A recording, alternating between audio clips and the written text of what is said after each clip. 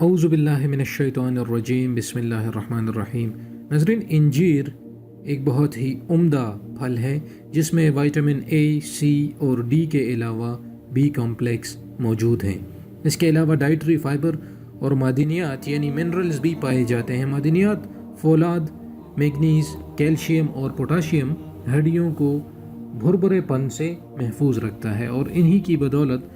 Blood pressure کا high ہونا اس کو بھی کنٹرول میں رکھا جا سکتا ہے۔ تائرائڈ گلینڈ کے لیے انجیر بے حد مفید پھل ہے، یعنی اس گلینڈ کی کارکردگی میں اضافہ ہوتا ہے تائرائڈ کی۔ تو جن لوگوں کو تائرائڈ کی پرابلمز ہیں ان کو انجیر استعمال کرنا ان کے لیے بہت فائدہ مند ہے۔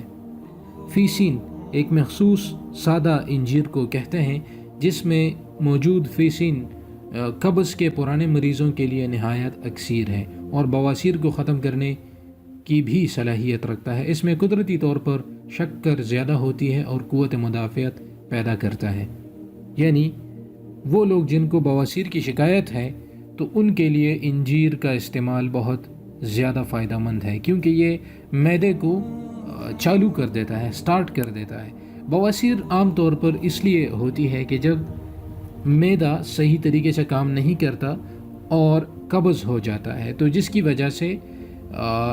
جو بڑی آنت ہے وہ نیچے کی طرف پش ہو جاتی ہے، اور اس کی وجہ سے بہت زیادہ تکلیف کا سامنا کرنا پڑتا ہے مریض کو، اور یہ ایک ایسی بیماری ہے جو کہ بہت جلد ٹھیک بھی نہیں ہوتی۔ تو اس کے لیے ایک تو انجیر کا استعمال، اور دوسرا ایکسرسائز، ویٹ لفٹنگ نہیں، رننگ، ہلکی پھلکی رننگ سے سٹارٹ لیں اور 2-3 کلومیٹر ڈیلی واک کریں، تو اس سے بواسیر ٹھیک ہوگا، اور ساتھ میں انجیر کا بھی ایک ڈوز اپنی ڈیلی ڈائٹ میں رکھا کریں، تو اس سے انشاءاللہ آپ کا بواسیر ٹھیک ہوگا۔ اس کے علاوہ جگر کا ورم ہو یا اسہال کی کیفیت ہو، خون کی کمی کی شکایت ہو، یا تیزابیت کی الجھن ہو، یا پھر بلغم خارج نہ ہوتا ہو، تو انجیر کا کھانا ان سب کے لیے بہت مفید ہے۔ تو اگر آپ کی بلغم خارج نہیں ہوتی یا تیزابیت ہوتی ہے آپ کے معدے میں، چونکہ آج کل ہر دوسرا بندہ ہی معدے کا مریض ہے، تو اس کے لیے بھی انجیر میں جو اس میں وہ خاص اجزاء پائے جاتے ہیں جو کہ آپ کے اسٹمک کو کک سٹارٹ کر دیتے ہیں، اور کولیسٹرول کو بھی کم کرتا ہے۔ اینٹی کینسر پھل ہے، چونکہ اللہ تعالیٰ نے اس کی تعریف کی ہے اور اس کا تذکرہ کیا ہے قرآن پاک میں، تو اس کے بہت زیادہ فوائد میں کوئی شک ہو ہی نہیں سکتا، اور یہ تو ریسرچ سے ابھی ثابت ہو رہا ہے، لیکن صدیوں سے انجیر کے اتنے سارے فوائد ہیں اور یہ چلے آ رہے ہیں۔ تو کولیسٹرول کو کم کرتا ہے۔ جن لوگوں کو یہ شکایت ہوتی ہے کہ ان کا بلڈ پریشر ہائی ہو جاتا ہے، یا کسی کو کینسر ہے، چونکہ کینسر آج کل بہت کامن ہوتا چلا جا رہا ہے، میں اکثر کہتا رہتا ہوں کہ یہ ڈیفرنٹ فریکوینسیز ہمارے جسم پر اثر انداز ہوتی ہیں، اور اکثر اس میں شیطان کا غلبہ ہوتا ہے، تو اس کے لیے بھی انجیر کھانا نہایت مفید ہے۔ اب یوں تو بیکری کے متعدد مصنوعات میں مونگ پھلی، پستہ، بادام، ناریل کی گری اور دوسرے میوے شامل کیے جانے کی روایت موجود ہے، مگر انجیر کو بھی کیک، جیم اور جیلی میں شامل کرنے کی مثالیں عام ملتی ہیں۔ اسی طرح خشک انجیر کو چینی، عربی اور ہندوستانی ادویات میں شامل کیا جاتا ہے۔ طب یونانی اور حکمت میں بھی انجیر کا استعمال کیا جاتا ہے۔ اس کی تاثیر گرم ہے، لہٰذا گلے کی سوزش اور پھیپھڑوں کے امراض میں بے حد معاون پھل ہے۔ نہار منہ کھانے سے دل کے عارضے میں بہتری آتی ہے، تو اگر کسی کو دل کا مسئلہ ہے وہ نہار منہ انجیر کھا سکتا ہے۔ گولر مختلف پھل ہے، مگر انجیر کے پھل سے اس کی مشابہت پائی جاتی ہے۔ بلغم کے اخراج کے لیے اور کھانسی دور کرنے کے لیے انجیر کا جوشاندہ پلایا جاتا ہے۔ یہ مثانے اور گردے کی پتری کو بھی خارج کرنے میں مدد دیتا ہے، زہر کے اثرات کو ختم کرتا ہے، جگر اور تلی کی صفائی کرتا ہے۔ اس کا گودا لذیذ ہوتا ہے، دانتوں کے لیے بھی مفید ہے۔ چند بادام، ایک اخروٹ اور ایک سبز الائچی خوب چبا کر کھانے سے چہرے کی رنگت بھی نکھر جاتی ہے اور یادداشت بہتر ہوتی ہے۔ ایسا پھل جو دمے، کھانسی اور بواسیر سے لے کر دل کی کارکردگی اور خون کے سرخ ذرات تک کے مقدار میں اضافے کا موجب بن رہا ہو تو پھر اسے ہر موسم میں اپنی خوراک کا حصہ کیوں نہ بنایا جائے۔ جو نوجوان کمر میں درد کی شکایت کرتے ہوں وہ بھی روزانہ 4 انجیر پانی میں بھگو کر کھا لیں یا ویسے کھا لیں تو درد ختم ہو جائے گا۔ تو ناظرین، یہ اپنے فوائد جانیں کہ ایک پھل اور اس کے اتنے سارے فوائد کہ تقریباً ہر مسئلہ اس سے حل ہوتا ہے، تو آپ اس کو لازمی اس کا استعمال کریں، اور یہ جو چٹپٹی چیزیں ہیں اس سے اس کی جگہ فریش چیزوں کو ترجیح دیں۔ تو اگر جب ہم نے بیکریز کی چیزوں کو چھوڑ کر فریش پھل اور سبزیوں کو ترجیح دی تو آدھے ہسپتال تو ویسے ہی ختم ہو جائیں گے اسی دن سے۔ تو یہ بہت ضروری ہے، آپ اس پر لازمی عمل کریں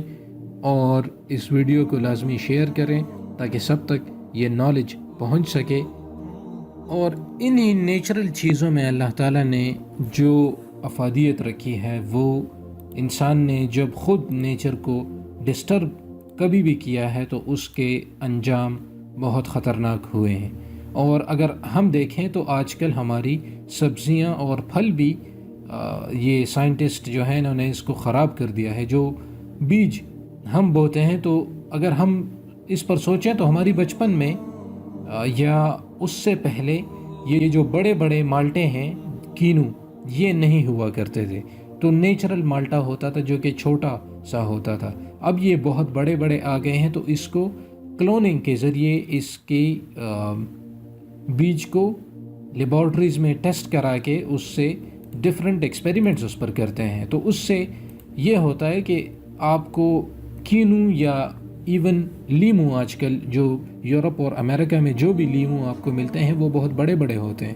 تو یعنی مالٹے سے بڑا تو لیمو ہوتا ہے، تو اس کا فائدہ